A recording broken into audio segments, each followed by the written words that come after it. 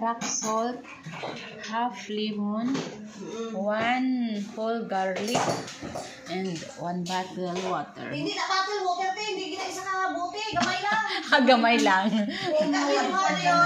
Sige, gamay lang na water. Amo ni siya te, dali diri. Malapit ko dito. Amo na yung big. Kay saka mo lang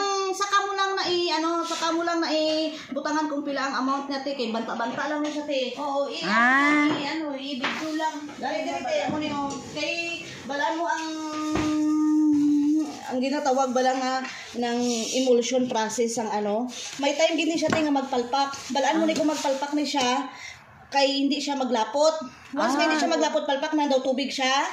Hindi na siya. Mali ang procedure mo. Oo, hindi. Kaya pa timing ni siya. Sensitive man gud siya. Paghimo.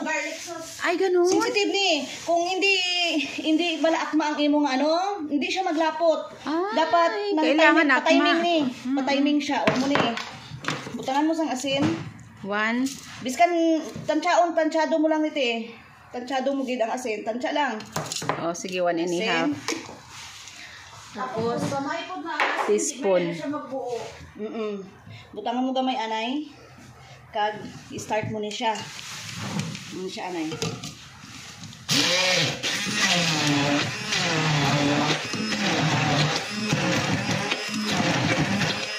Sensitive ni siya. Yan pala ang gamit. Sa amin kasi walang ganito. Ewan ko, nasaan ang kanyang ganyan.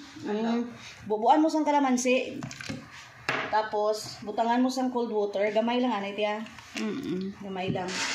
Mantika.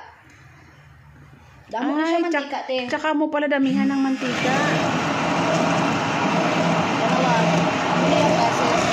Tapos, mantika lang na natin, te. Damo na siya mantika. Ay!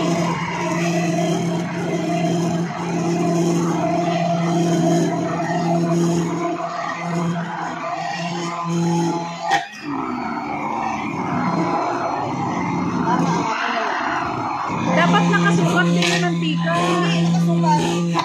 Tansyado lang.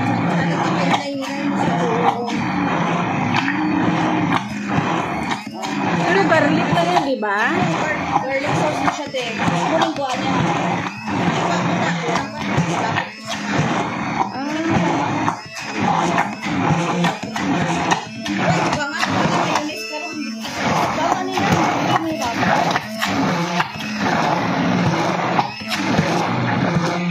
Tapos pagpalpak, hindi ganyan. Hindi, tubig siya, palpak siya. Oo lang yung tansya, te. Wala pa siya pato na. Ano man tayo, yung tubig siya. Tapos, anong wala. Tapos sobrang konti lang palang tubig. Oo, basta lamig, te. Kailangan malamig. Dapat lamig yung tubig. Ay, galing. Marami na pala yun, isang garlic. Duhanin. Dua. Ay, kala ko isa lang. Amo ni siya. Kay kung mali ang amo to pagbutang mo sang ng emulsion process niya, kung mali magtubigid siya. Ganyan na yan. Ganyan na yan. Ito na to. Ay, amo na ni siya ang halo karon sa naluto ng shawarma. Oo. May iban pa siya ng ingredients basta amo na ng garlic sauce. Ang iban di ba ginabutangan pa nila sa surudlan kung may sobra karon, butang sa surudlan kaya ginamo. Ay, ganyan pala yun, yung mga binibenta na ganyan Muna na siya. Galing ha. Tanawa.